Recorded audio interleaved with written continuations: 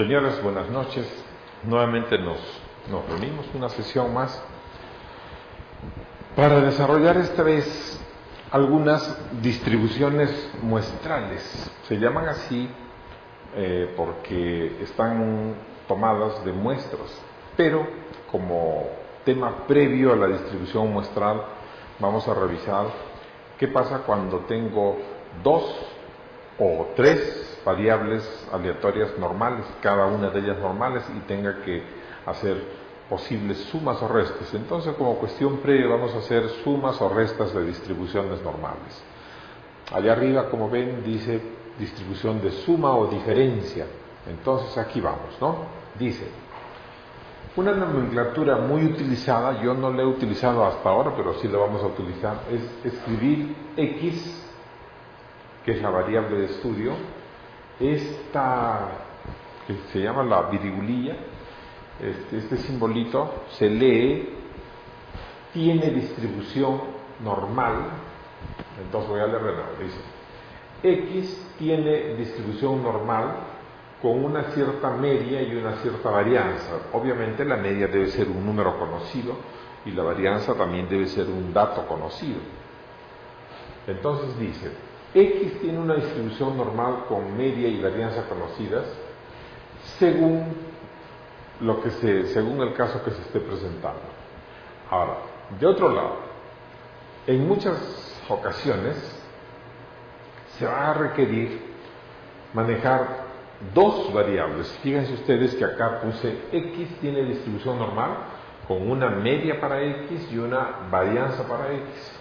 Y además, Y, que es una segunda variable, no tiene nada que ver con la primera, también tiene distribución normal con una media de Y y una varianza de Y. O sea, cada una tiene su propia media y su propia varianza.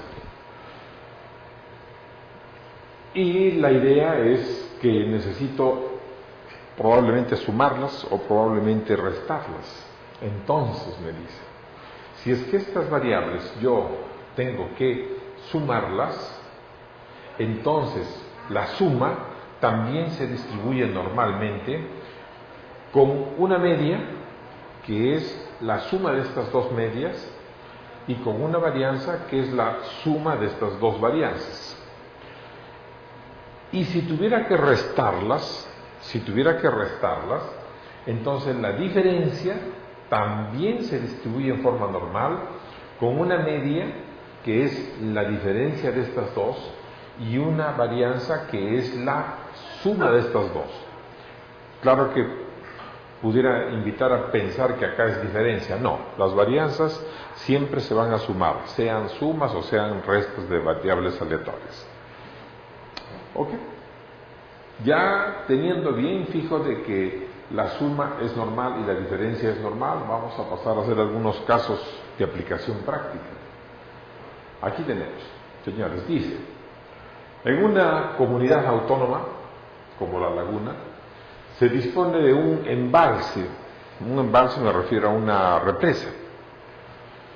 La cantidad en miles de metros cúbicos que se recoge en el mismo por lluvia en un año es una variable aleatoria cuya distribución es normal con 2.000 miles de metros cúbicos y con una desviación estándar de 500.000 metros cúbicos. Como ahorré 3 ceros, entonces ya sé que son miles de metros. Entonces vamos a decirlo en forma simple. Una distribución normal con 2.000 de media y 500 de desviación estándar. Aunque acá aclaro que se acostumbra a poner la varianza, pero me salió un número muy grande, entonces hago la indicación que es desviación estándar. De otra parte, el consumo en agua de dicha comunidad, también en miles de metros cúbicos, es otra variable aleatoria que se supone independiente, o sea que lo que vamos a consumir de agua no tiene nada que ver con lo que haya llovido este año, ¿no? Es independiente de la anterior y que tiene una distribución también normal con una media de 1.500 y con una desviación estándar de 200 o 200.000 metros cúbicos. Me pide calcular el riesgo, y cuando habla de riesgo yo ya sé que es probabilidad, de que cierto año el volumen de agua consumida sea superior al volumen de agua recogida en el embalse. Esto es, claro, están pensándolo, esto es de que el agua no alcance, ¿no? Que no alcance, o sea que lo que se va a consumir, el agua consumida, sea más que el agua recogida, es decir, el riesgo de escasez o el riesgo de sequía. Es un problema pues en la laguna muy conocido, ¿no? Señores, entonces voy a plantear este problema que tiene dos variables normales. Una de ellas es la cantidad de lluvia por año y la otra es el consumo por año. Y que se dará la condición de escasez. Vamos a ver esto. Intentar calcular es la escasez. ¿Qué evento, qué hecho tiene que darse, qué tiene que ocurrir para que haya escasez en términos de consumo y de agua recogida, ¿no? Entonces vamos a ver. Si yo tengo el agua, la recolección de agua, y la comparo con el consumo, para que haya escasez es bien claro que el consumo tendrá que ser mayor a la recolección de agua. La forma en que haya escasez es de que el consumo sea mayor a la recolección. Si la recolección de agua es mayor que el consumo, pues entonces no hay escasez. La escasez, que es la que me están preguntando en el caso, es precisamente esta. Entonces acá tengo mi solución. Acá están mis datos. En primer lugar están los datos. Los datos es de la captación de agua y Y es el consumo. X, que es la captación, es normal con estos parámetros y Y también es normal con estos parámetros. La probabilidad de escasez, aquí lo escribí de esta manera, ¿no?